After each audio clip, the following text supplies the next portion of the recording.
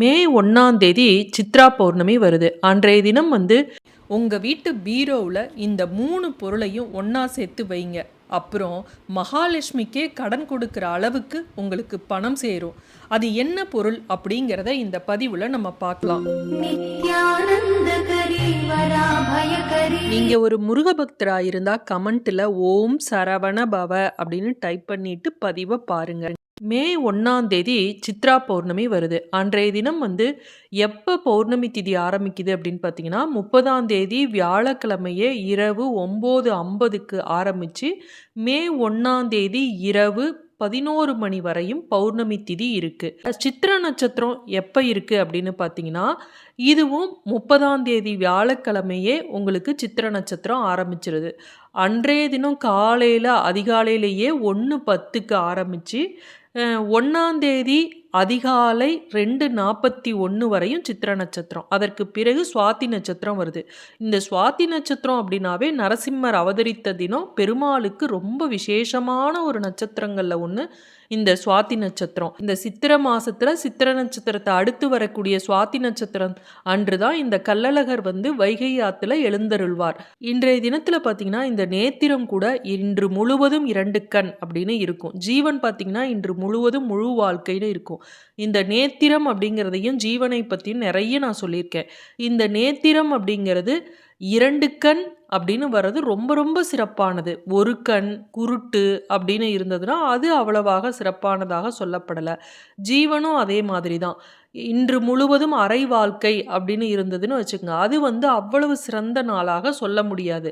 ஆனால் இந்த நேத்திரமும் ஜீவனும் ஒரே மாதிரி இன்று முழுவதும் 2 கண், இன்று முழுவதும் முழு வாழ்க்கை அப்படின்னு வருதுன்னா அது மிகச்சிறந்த நாள்.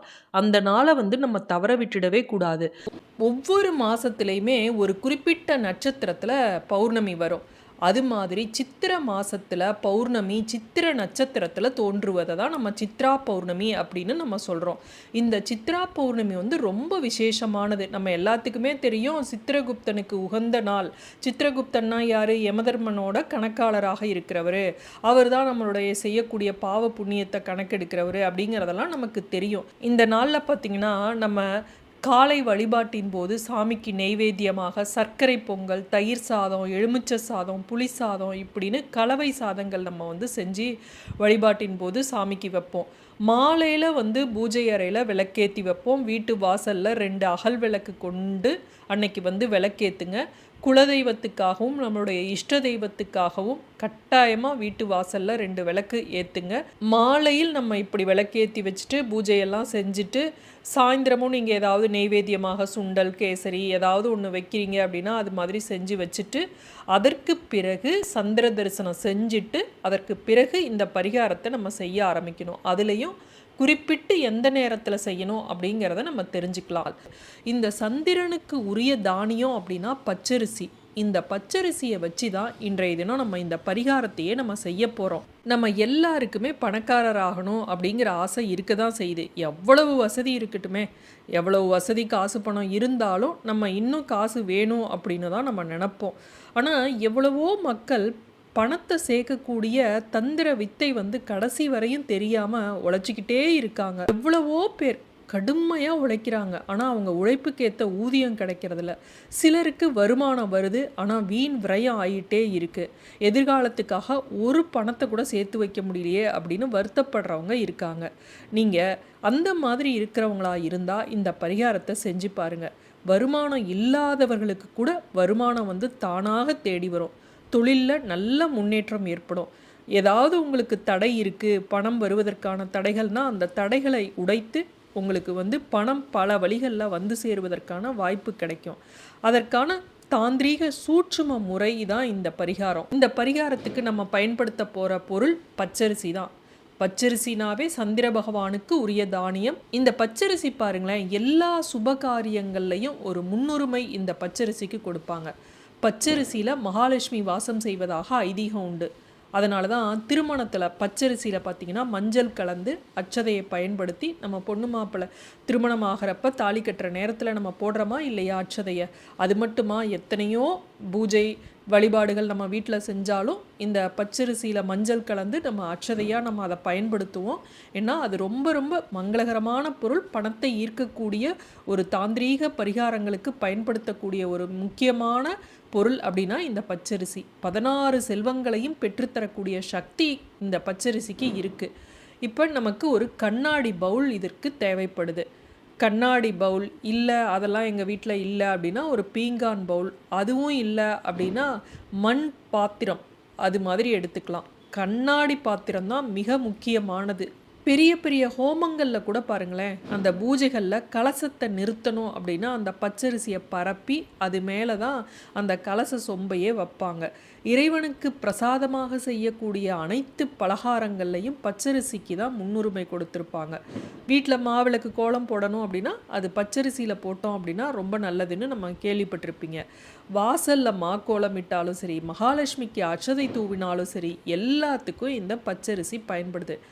ஏன் அப்படின்னா இது பல நேர்மறை ஆற்றலை தன்னுள் அடக்கி வைத்திருக்கக்கூடிய சக்தி இதற்கு இருக்குது. அதனால் பணத்தை ஈர்க்கக்கூடிய சக்தியும் இதற்கு இருக்குது.